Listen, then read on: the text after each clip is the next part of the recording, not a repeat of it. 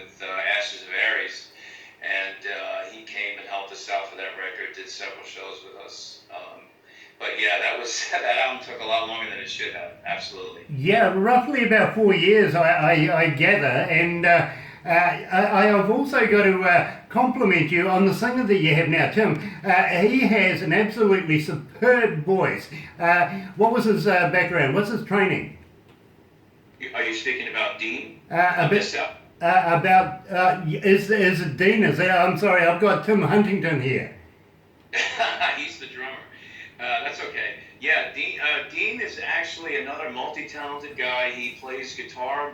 He was singing and playing guitar at the same time in a band that was around here locally within another. And then he was playing bass, I think, for Ashes of Aries. But he always would sing, and we said, you got a great voice. Would you be considered in doing any vocaling on an album? And he said, well, I've given it some thought. And I said, well, how would you like to do ours? We're really in desperate need of a singer. So he agreed, and we went in, and he basically knocked that record out, I think, in about 2 weekends. Wow. So he had the perfect voice for that music, I think. Yes. Voice. I've got to agree with you, I really do, because I'm a big fan, and I'm going to end up with the very last track today, With or Without You, and I think his vocal range there is just phenomenal. Well, With or Without You off of Frozen Hell, that's our latest album. That would be Sean Paleta. He was the newest singer on the latest record that we've done, so that would be Sean. Ah, yeah. Okay. Yeah. You go through so many of them. We've gone through. Listen, I've had a lot of singers in this band, so don't feel bad about the confusion. There's a different singer on every record. Okay, not many. No, you're right. But now, at the same time, I also want to talk to you about Matt and his guitar, his bass playing. How many years has he been playing? Matt's been playing a very long time. He was in actually a very big band called Gregg out of New York. They played a lot of the major places around the New York tri-state area. Then he kind of stepped away from music about 4 years where he wasn't doing anything. When I lost my bass player 2 years ago, John Kibble from Kibble Records sent out word trying to find a bass player for me, and he reached out to Matt, and Matt was interested, and he came into the band. He came down one night, and he absolutely loved the situation, and he's been there ever since.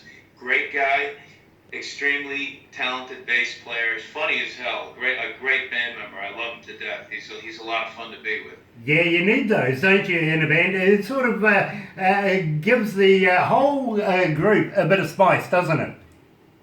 Oh, yeah, he's spicy, all right. Yeah. And I'm so pleased you talked about John Kibble. Would you like to give us a plug for Kibble Records?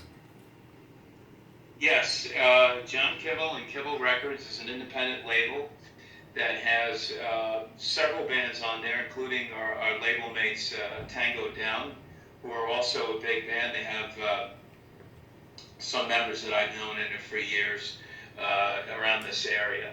And he's somebody that I've been working with for 3 years now, but I've known John for about at least over 25 years. Great label, definitely caters to the artist, definitely tries to put out the best product for his people that follow him, and it's a great label. I can't say enough about John. He's done a lot for us. Sure. And would you like to give Chucky a bit of a shout out as well? I think he's an absolute superb engineer. Well, this would be Ty was the engineer on that album. He's in Arkansas. That's where the album went for Frozen Hell, and I've spoken to Ty several times on the phone. I haven't met him because we live in different parts of the country, but he did an excellent job on the record. I thought, He did it a little differently. We didn't do it the way we did the other 3 albums where we brought the whole band. I'm sure you can relate to this, where I bring the whole band into the studio, record the drums live and guitars and everything. We did it in a small studio this time using Pro Tools. Whole different method. I've never done it before, but it worked out great, I think. Yep, I fully understand the method where you're coming from there, and it has its pros and quos, if you know what I mean. I'm a big fan of doing it with the band, even though if I have to segregate the drummer into another room or something like that, I kind of like the togetherness of the whole band performing at the same time. But I can see the pro in segregating everything up there and doing it the way they did. At the same time, I think it's a great experience to be able to look at different methods of recording and getting your product out there. Some work, some don't. I got to admit, it's pretty much a gamble sometimes, but you can take the gamble out with having a damn good producer and a damn good engineer and good equipment too. Now, I want to talk to you about Fallen Nights. Now, I know it's of the older variety of your flavour of music, but we like to know your roots, where you come from, and I think this is indicative of your style of music. Where did the lyrics for this come from? This was when the band was probably in its first few years. The singer on this recording is Pete White. He was the very first singer for LIVESAY when I first formed the band. Back then, these guys, they were coming to me saying we have to have a ballad. Now, I'm not a huge ballad guy, but I said, all right, I'll write a ballad. So I wrote a ballad with them, with Kenny Moskowitz, who was the original keyboard player, and Pete Ronda, who was the original bass player. We talk about bass players, how many I've had. He was the first guy. He wrote the lyrics for this song. And I know a lot of people liked it. I wasn't a huge fan of it, but you know, you sometimes you gotta play for what the people want. So, and on Frozen Hell, we have a ballad too, Spread Your Wings, that a lot of people really love too. And it's kind of like the same feel, you know, very slow, very melodic. But the vocals are there, and that's what they're listening to, you know. Absolutely. I understand exactly what you're saying there. And I've got to be honest with you, we have been playing this on a Saturday night. We play your music on a Saturday night, also on a Monday night. And I come in, and Fallen Nights, would you believe, is one of the songs is getting very, very much a recognition. It really, really is. Then we have The Burning Times as well. That one is getting quite a bit of airplay because people are just adapting to it. And then, of course, there's my favourite, With or Without You. So let's play Fallen Nights right now. You're right here at Galaxy 107 FM with LIVESAY, Fallen Nights.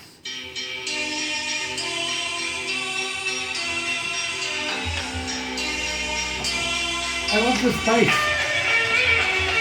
Yeah, I like it. I love it. Greg, you're a masterpiece in the making. Listen to this. Bloody awesome guitar work, my friend.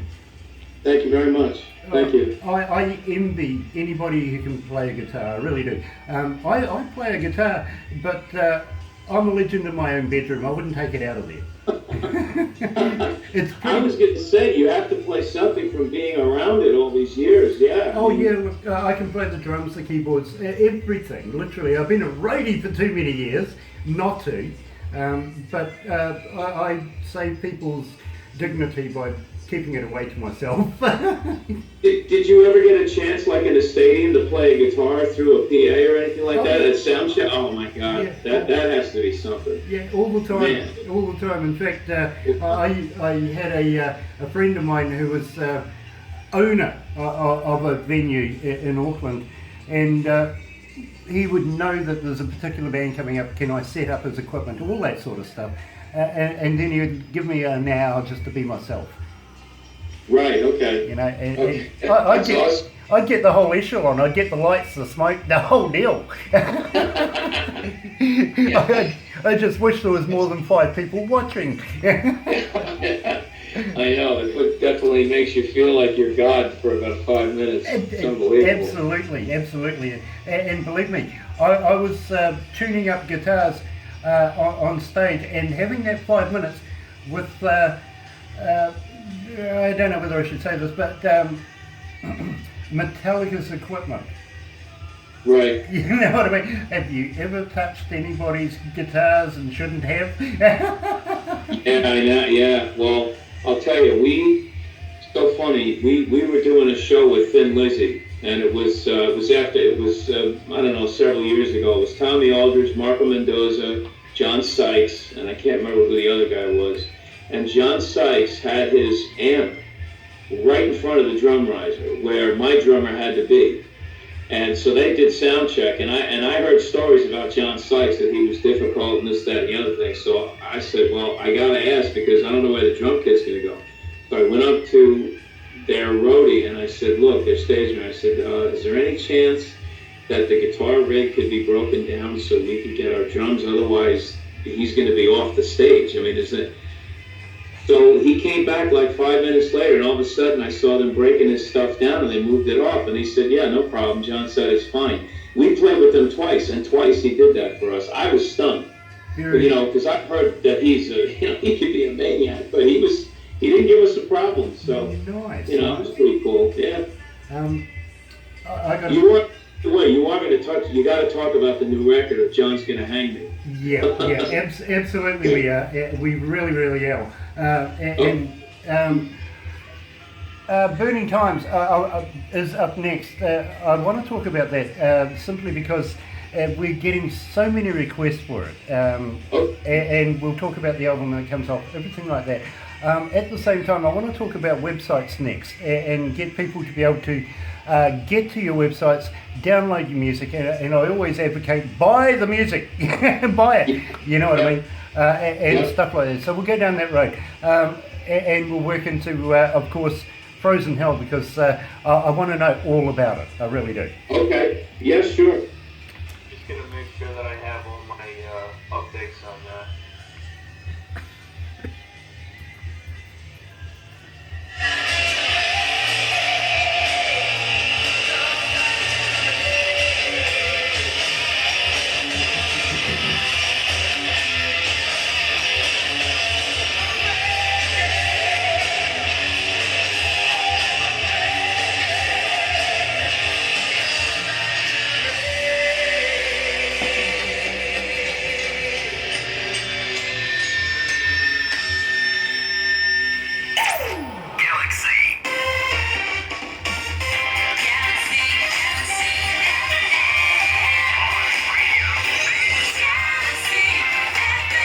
That's right, you're right here at Galaxy 107 FM, and I'm joined by rock legend, rock icon, of course, Gregg LIVESAY. And Gregg, I want to talk to you about your websites and everything like that.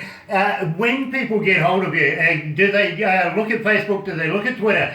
How do they download your music? And I advocate, guys, don't go cheap. Don't try and get it for nothing. Pay for the music. You get quality sound. You really do. How do they get hold of you? And do you have a merchandise store? There is our Facebook page, LIVESAY, that you can find us on. That's the band page. Then there is our website, livesayband.com, that has all the past CDs and our present one available. There's also merchandise on there. There's shirts, posters, stuff that can be signed. As far as getting the album, you can get it at the official Kibble website, Kibble Records. It's also available on CD Baby, iTunes, Amazon.com, REH Records, pretty much everywhere. And it's downloadable in digital format if you want, or you can get a physical copy. Absolutely. So there you go, folks. You know where to go. Get out the credit cards, make a LIVESAY. And I apologise, I've been calling you LIVESAY because that's how we pronounce things. But LIVESAY, download LIVESAY, get your credit cards out, folks. Go and buy some merch, really. And it's always nice. If a fan gets hold of you, do you respond to fans? Oh yeah, absolutely. If they write a question or they make a comment or something, they ask us, yeah, we absolutely do respond, yeah. It is always nice to know that you are approachable. That's a big thing, because our fans always like to know the skinny on all sorts of things within a band. Now, I want to talk to you in depth, if possible, about freezing hell freezing over, all this sort of stuff. You gave me the connotations on why Frozen Hell was named that. But tell me about the tracks on it. How many tracks have you got on it? How many have you got produced at the moment? Are you still recording? No, that album has been released. It was released already when we went to the RNS Festival, was released in October. It's done very well. The album was basically a departure from what we did from the third. The third album that we did on our own was very prog orientated. John wanted to steer us back in the direction of more listener friendly, making songs that were somewhat more, maybe more commercial. We did a Since You've Been Gone redo for the Graham Bonnet song with Alcatraz. I think overall it's a very strong album. It's somewhat heavy, but not too much. I think it's an absolute work of art. Some of the work, I haven't heard it all. I got to admit with you, my engineer has been giving me, spoon feeding me this stuff, and I got to admit too, when we first started listening to you, the famous Barbara here, she brought all the information to us and gave it to my engineer, as she does, and then the engineer comes to me and goes, Grant, you got to listen to this band. You're going to love these guys. So we sat down, had a listen. I listen in depthly. I don't listen like a fan. I listen like an engineer, and I break everything down incrementally, and couldn't fault it. Just loved it, absolutely. But then I turn around and find the rest of the staff in the same office. They're all listening. Which is unusual. We never get the staff to be able to break up and come and participate. But this time, something that we were listening to at the time just gravitated everybody into the production room. And that was, of all things, The Burning Times. Now, I want to know about this. How did you come to the lyrics of that? Once again, that's Alan.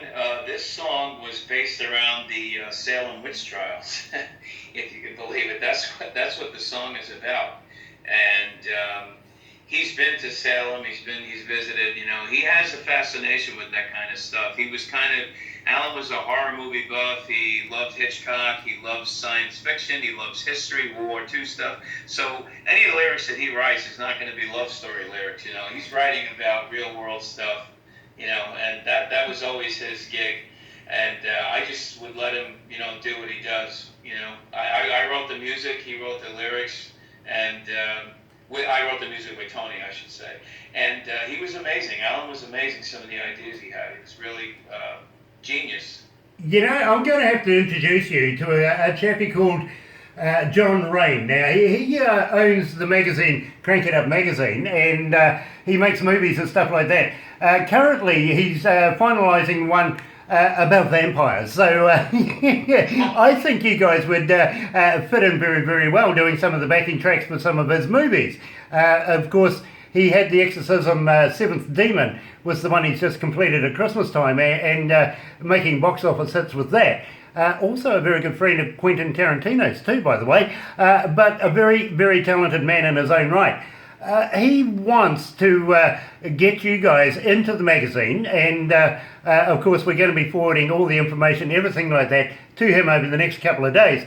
But he also wants to do tours, do concerts and stuff like that, which I think would be fascinating to have you guys come here to Australasia, down under the Aotearoa, as we call it, the land of the long white cloud, and perform in front of some of our audiences here. I think they're just going to eat you up. That'd be great. I have a suitcase right here I can pack. I'm ready to go. And don't forget to bring the rest of the band with you. I think I'll need them, yeah. Exactly. Now, if Australia is extra especially lucky, we might share you guys over there as well, and let you have some of their culture. They just can't play rugby. We have the rugby champions, the world champions, so we give them a bit of stick about that all the time. In fact, I've got to tell you, Greg, when we had the last World Cup running, we here at Galaxy opened up an 0800 number for their fans over there in Australia. 0800 1-0. Not a thing. You were rubbing it in their face a little bit. Yeah, strangely enough though, Greg, we didn't get a single call. Yeah, I wonder why. But it happens. Anyway, let's play The Burning Times. You're right here at Galaxy 107 FM. Wait, come on.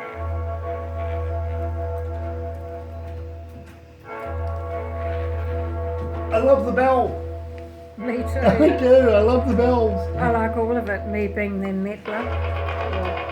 Yeah, Barbara is the metaler. You see, for me, I'm very difficult to get any music across. I really am. Simply because we have about 30, 40 bands a day approach us trying to get these interviews. Barbara, she picks out the cream of the crop, and she comes to our engineer comes to me, and then the three of us, we nut it out whether we're going to take that or whether we're going to bypass that and move on to something else. And we only... I'm honored, man. I really am. Believe me, I really appreciate it. I really am. Well, you know, it's all because of Barbara, because she pushed and pushed, because I like the music. I was a big fan. But I get told off. But Barbara was more of a fan, and she was the one that completely convinced us. Plus the reaction of turning around and finding the rest of my staff in the office at the same time. It's unheard of. It doesn't happen up here.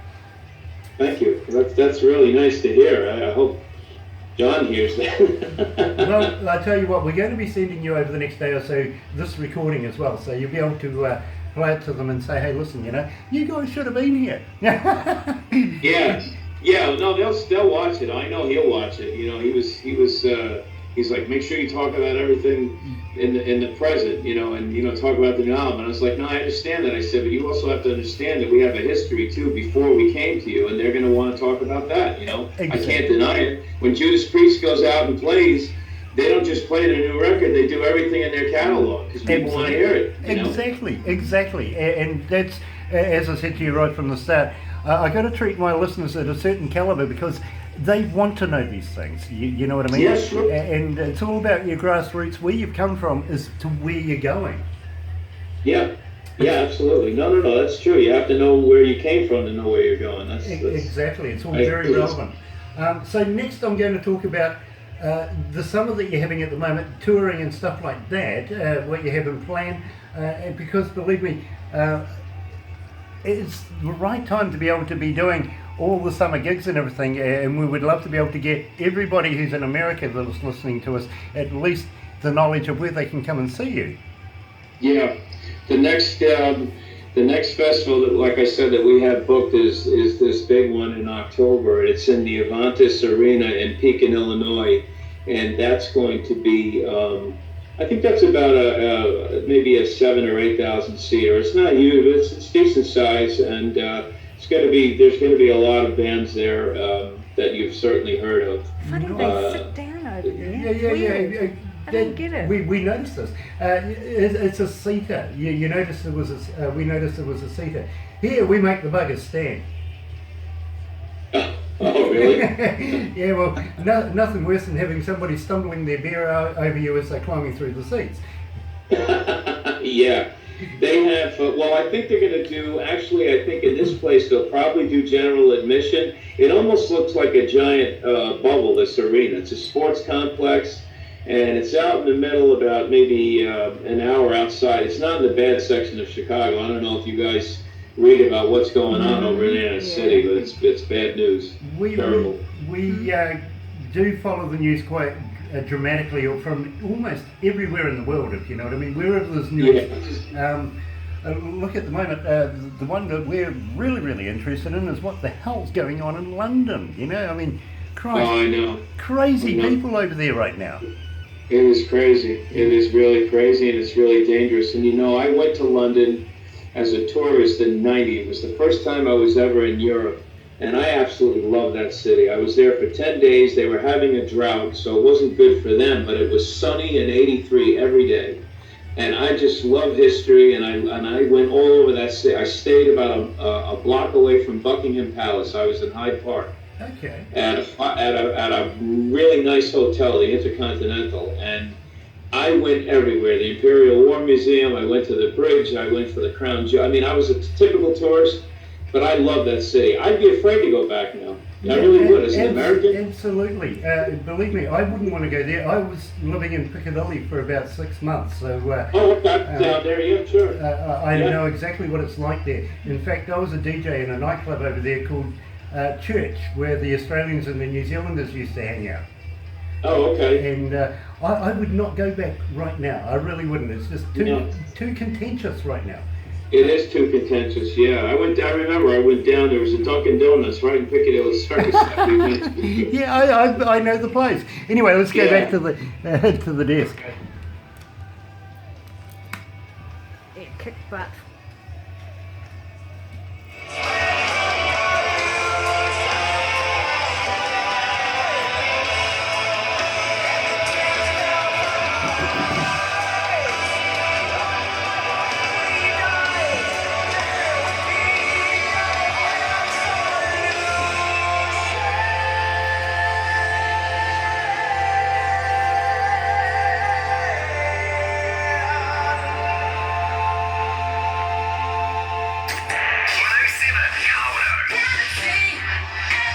That's right, you're right here at Galaxy 107 FM, and I'm joined by rock legend icon himself, Gregg LIVESAY. Did I get it right this time, LIVESAY?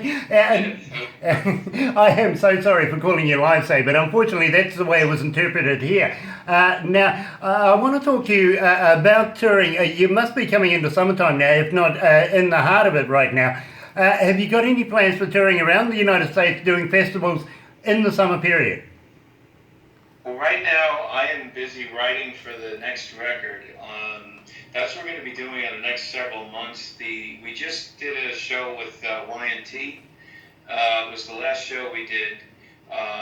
We have the summer off to write, and then in October we go back out. Like I said, was telling you before, we're going to go out to Illinois and play the Rock and Skull Festival. That's from October 26th until October 30th. And then we come back and we have several shows. We have one up in Massachusetts. We have some around here, some in New York, and some in, I think we're going to be playing someplace in Jersey, and mostly on the East Coast, I think. Okay, because we would love to be able to guide people along to all of your festivals and everything that you're going to be taking part with. And I'm sure that you'll keep in with Barbara. Let me know where you're going to be playing so that we can give people a little bit of a heads up over that part of the world. You're not going to Sturgis or anything like that this year? Oh, I wish, but no, we don't have plans to go to Sturgis now.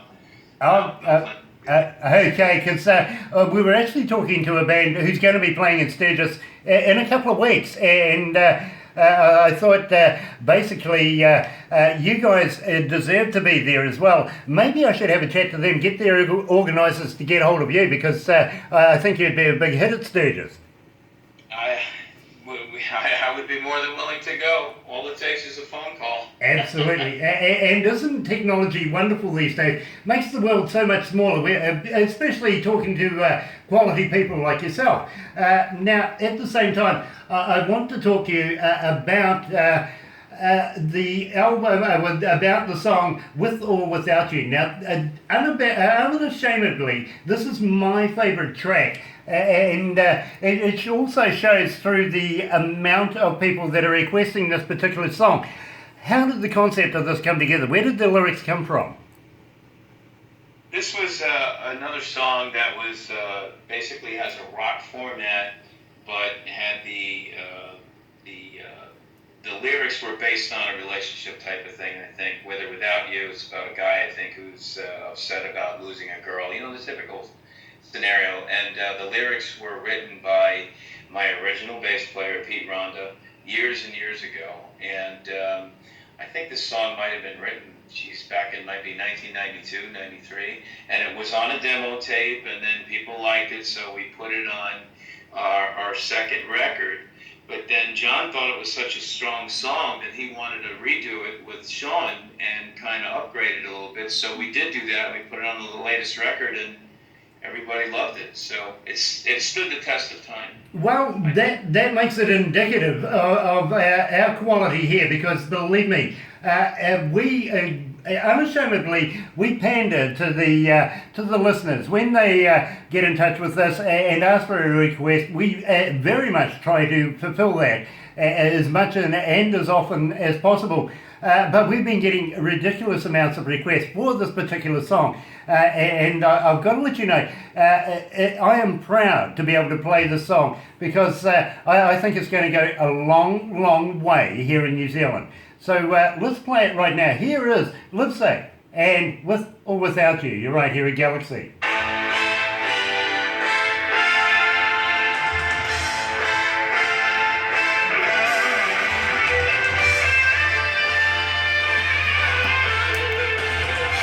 Listen to that guitar. I know. Isn't that awesome? Guess who it is? Yeah, I mean, I'm sorry. This is the one that gets me going, bro. That I got to admit it, you're damned awesome in this. Thank you. It's one of my favorite solos to play, actually. When we come back, we're going to have to wrap this up very, very shortly. It's about 4 minutes away from 12, and I've got my production manager waving at me right now. But I'm going to ask you, do you get the butterflies before you go on stage? Do you still get that? It depends on who we're playing with. When I was playing with Steve Morse, yes. When I was playing with Warren DeMartini, yes. When I play with Ronnie James Dio, yes.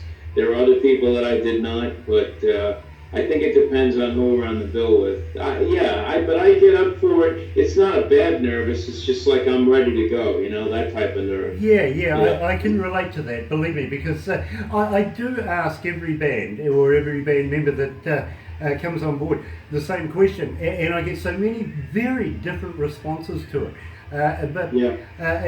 For me, like I do a lot of live stuff myself as a host of different shows. I get asked to come along, also do public speaking and stuff like that, and it gets me every time. Just moments before we go out, you got that big feel coming up, and there's an event happening. Just a little tingle in the stomach, I find keeps me real, to be honest. Oh yeah, it keeps you on your toes.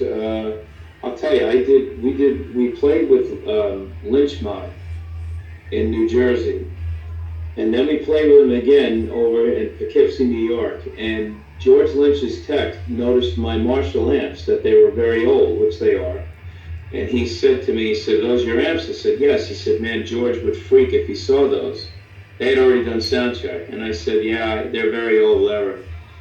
5 minutes later, this guy walks up to me on stage. He's got sandals on, cargo pants, and a t-shirt, and he walks up to me and goes, "Hi," he goes, I'm George. Like that, and I looked at him and was like, "Yeah, I think I know who you are." That was George Lynch. And we spoke for about 10 minutes about gear, and I was nervous about playing with this George Lynch, but once that happened, I was all right, because you start to realize they're just people. They're people. They're famous, but they're still people. Exactly. And at the same time, it's their hard work that's made them famous. And you're working with these people. Your hard work is paying off as well. And believe me, I think your recognition is becoming a global brand, to be very honest with you. And we want to be able to do that with you as well. I appreciate it very much. I've been at it a long time. And Jimmy Bell from House of Lords is going to tell you the same thing. He's been at it forever. He's a gifted guitar player, too. He's a monster. The problem is we're all trying to get into that one small parking lot. There's only so many spaces, but there's a long line to get in there. Yeah, exactly. So, Absolutely. And as I said to you earlier, we get about 40-odd bands a day emailing us wanting to be emulated and picked up on. We can't do everybody. Yeah, I understand that. Believe me, I know. I hear it all the time. I've been friends with other guys that work at stations. They say we get inundated with requests. One guy said, "You see that stack over there?" He said, "Those are press packages." He said, "I haven't even looked at them." Yep. Let's go back to the desk.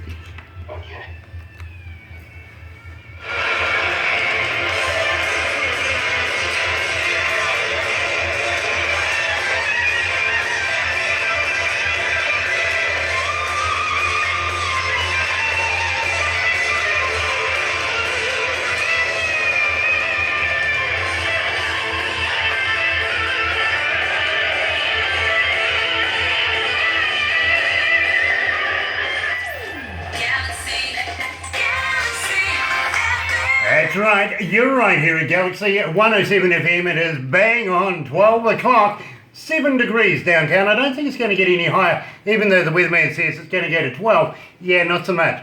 Friday, July the 14th, and I'm joined by Gregg LIVESAY, like an absolute icon in the music business, and I can see that LIVESAY is going to go a long way in the very, very near future. We want to be able to bring them here, down under to New Zealand. I want to talk to you about Jimmy Bell and House of Lords. Now, we're going to be doing an interview with him over the next number of weeks or so, but you're good friends. Yes, we are good friends.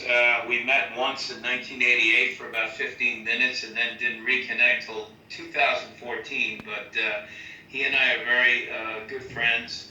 He is a monster guitar player, a super nice guy, and he's just incredible. You'll be blown away when you hear how good he is on the guitar. And he's a well-known entity in the music business. He's been around a long time, but he's as fresh as ever, and he'll be a great interview. Awesome, and I know that you're going to be talking to him later, so please don't freak him out. Don't tell him he's an ugly bugger on the other end of the screen. He can find that out for himself. But I am excited about meeting him. I have absolutely enjoyed my conversation with you today, my friend. It has been a pleasure talking to you, and I got to humbly thank you for taking time out of your evening to talk to me here in New Zealand. And I want to be able to ask you, would you be interested in sending us some of your merch so that we can run a competition, keep your LIVESAY logo and name rolling here at Galaxy? Also, I'm going to be very cheeky and ask you, would you do us some stingers, I think you would call them liners, where we can have you played either on The Breakfast Show or any of the other shows that we have. I'm sure Barbara will send you some ideas on what to do. The crazier the better, actually. We're absolutely nuts about crazy. So if you would do us the honour of doing that, we would love to be able to have you playing continuously here at Galaxy. So thank you, my friend, for joining us here at Galaxy. It's been an absolute pleasure. Thank you to you both. It was a very big honor for me and for my guys in the band and for John Kibble Records. Thank you so much to you and all your listeners. Very much appreciated.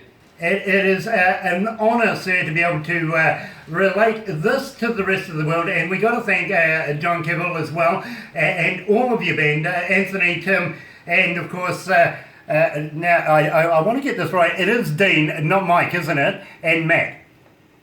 It's actually Mike Gill is our new vocalist. Yes, Mike Gill, Matt, Tony, and Tim. Right, because I got lost there with all your singers there for a little while, so please I do too, trust me. accept my apologies there. Anyway, ladies and gentlemen, that is LIVESAY, yes, and of course we're looking forward to having them down here, down under, in the very near future. Let's go out with the bird, Bittersweet Sympathy.